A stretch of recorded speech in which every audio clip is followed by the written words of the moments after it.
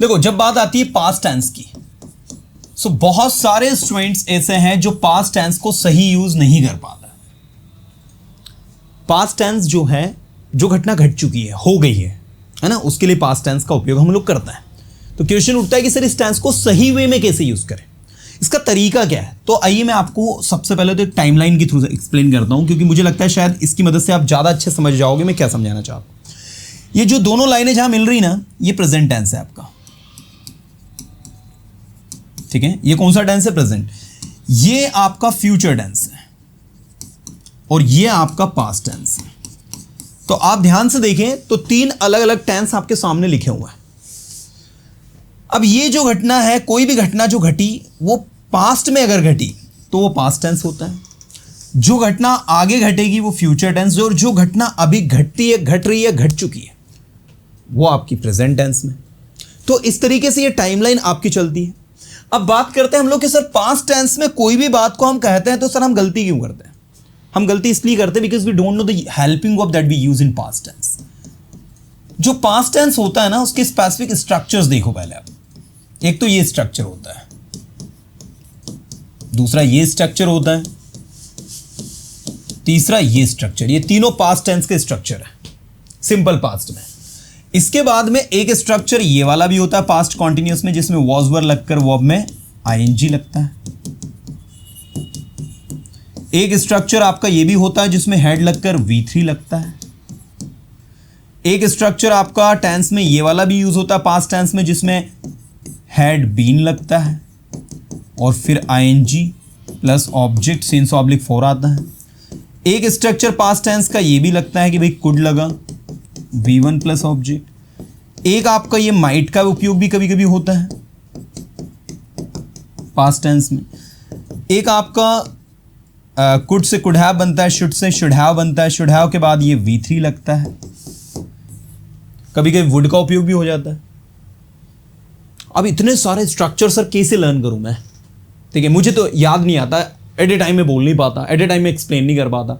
The best way to speak and to command over this things is only to practise the past tense by story telling. Yes student, सबसे best तरीका जो है वो है story telling करना।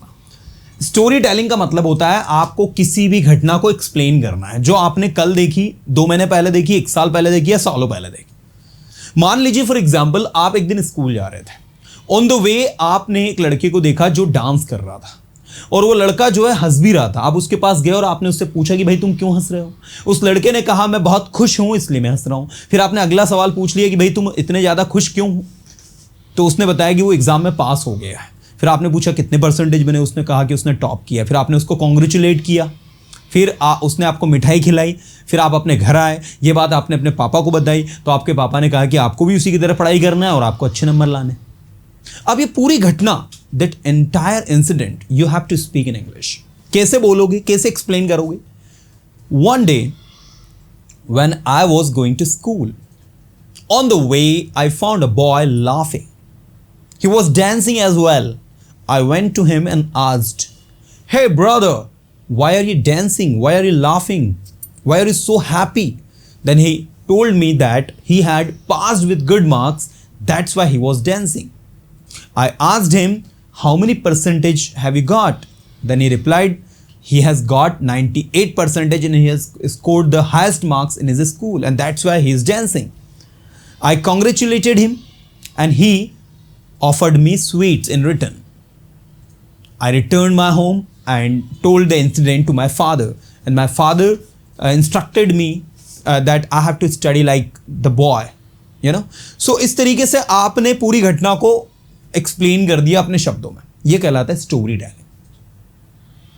अब story telling के लिए आप कहोगे सर क्या ऐसी कोई घटना बुलाना? आप अपने एंड से कोई स्टोरी सुना सकते हो।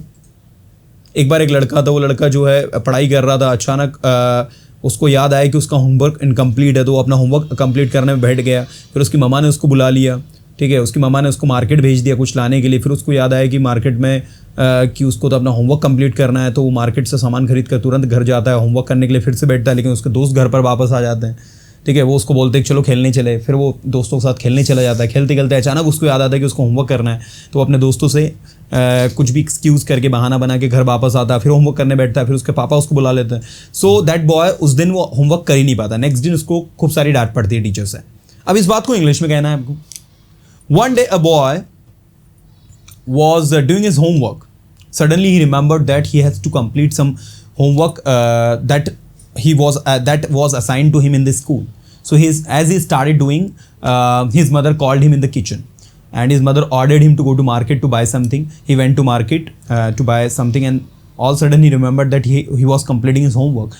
So he just finished the market walk and returned home, and again started studying and started completing his homework. Meanwhile, his friends reached at his home and suggested him to play with them. So he went to play with them. Meanwhile, he remembered that he had to complete his homework because it was incomplete. So again he just excused them by saying anything, and then went to home again and started doing homework. And then his father reached home and called him and ordered to do some work, and in this way he was unable to complete the work. The next day when he went to school, so his homework he couldn't complete because of this particular problem. So his teacher scolded him and asked him that why he couldn't complete your homework. Then the boy recited the entire incident that happened with him the previous day, but the teacher did not believe in him and punished him. So that is the thing कि आपने पूरी की पूरी घटना को अपने शब्दों में इस तरीके से बोल दिया. अब यहां पर अगर आप देखेंगे तो आपको ये नहीं देखना होगा कि आपको कौन सा टेंस यूज करना है. ठीक है, आपने जैसे कहा लेकिन होता क्या है, स्टूडेंट्स एक्चुअल में सबसे ज़्यादा कंफ्यूज कहाँ रहता है कि उसको बोलने की आदत है नहीं, उसने कभी इंग्लिश बोली नहीं है, उसको वो इंग्लिश के सेंटेंसेस बनाने की हैबिट है नहीं. तो आप सबसे पहले तो पास्ट के सारे स्ट्रक्चर लिखो, 10 सेंटेंस 10 सेंटेंस 10 सेंटेंस 10 सेंटेंस सबके बना लो. अगर आपने कहा सर मैं 20 बनाऊं, बहुत अच्छी बात है. किसी ने कहा सर मैं 40 बनाऊं, और भी ज़्यादा अच्छी बात है. किसी ने कहा सर मैं 400 बनाऊं, बहुत ज़्यादा अच्छी बात. It's up to you. The more you practise the more you learn. आप ज़्यादा बनाओगे, आप ज़्यादा सीखोगे. मैंने कहा मैं बिजी था, आई वॉज बिजी, मैं घर पर था, आई वॉज एट होम, मैं कुछ कर रहा था, आई वॉज डूइंग समथिंग, मैं पढ़ा रहा था, आई वॉज टीचिंग, मैं अपना काम कर चुका था जब आप आए. I had done my work when you came. मैं सुबह से कुछ पढ़ा रहा था, I had been teaching since morning. मैं नहीं बोल पाया जैसा आपने बोला, I couldn't speak as you spoke. ठीक है, मैं वहां नहीं जा पाया, आई कुडंट गो देयर. मेरे पास एक टाइम था, आई हैड टाइम. मेरे पास एक बाइक थी, आई हैड बाइक. मैंने बोला आई स्पोक, मैंने बोला लेकिन आपने नहीं सुना. I spoke but you did not listen. So ये जो प्रैक्टिस है ना, ये पास्ट टेंस की हमको करनी पड़ेगी. और जब इस तरीके से पास्ट टेंस को आप रेगुलरली बेसिस पे प्रैक्टिस करोगे, है ना, you will find that it's very easy to speak. और past tense it's not a big deal guys, बहुत बड़ी डील नहीं है. जब आप मल्टीपल टाइम बोलोगे, मल्टीपल टाइम प्रैक्टिस करोगे, चीज़ों को बताओगे. आज एक काम करो, सबसे पहले एक छोटा सा टारगेट दे रहा हूँ. आज अगर सैटरडे है तो कल फ्राइडे था, कल आपने क्या किया बताइए. What you did yesterday if I ask. तो आप कहोगे sir yesterday it was Saturday, as usual I woke up early in the morning, then I brushed my teeth. मतलब आपने सिंपल पास्ट टेंस का यूज करके कल जो जो एक्टिविटीज करी वो पूरी बोल के बताओ. ठीक है ना. आप अपने दोस्त के यहाँ वेडिंग अटेंड करने गए, उसके भाई की, तो वहाँ आपने कैसे इंजॉय किया. I remember I went on 1st of July to attend the wedding of my friend's brother. I reached at his home around 6 o'clock in the evening, and I saw the entire house. They were busy in preparations. I met my friend Rohan, and he was also busy in preparation. I met his parents and the groom, of course, and then I congratulated him for the wedding. Then I went to terrace with Rohan, and we started decorating his home. And already they have organized, they have arranged some people for the decoration. But I helped my friend in the decoration because it was my duty. That's why. And then in the evening, we got ready to attend the function.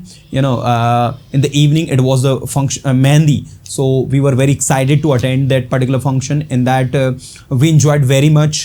Okay, we danced, we sang, we did all the activities that we should do, and that was a memorable day of my life. The next day there was a haldi, and we woke up early in the morning because we had to participate in the haldi ceremony. So इस तरीके से जो जो आपने बोलना है about wedding, वो पूरा का पूरा आप बोल के बताओ. ठीक है, आप 2 दिन 3 दिन के लिए वेडिंग में गए अपने दोस्त के यहाँ पर, तो आपने क्या क्या किया वो पूरी स्टोरी को बैक टू बैक कनेक्ट करके पूरा बताओ। इससे क्या होगा, आपकी टंग हैबिचुअल होगी और आप पास्ट में बोलना सीखोगे, क्योंकि आज स्टूडेंट सबसे ज्यादा प्रॉब्लम पास्ट टेंस में फेस कर रहा है। तो ये आज से और अभी से आप स्टार्ट करो और सी द मैजिक, आपको बहुत अच्छा लगेगा, बहुत प्यारा लगेगा।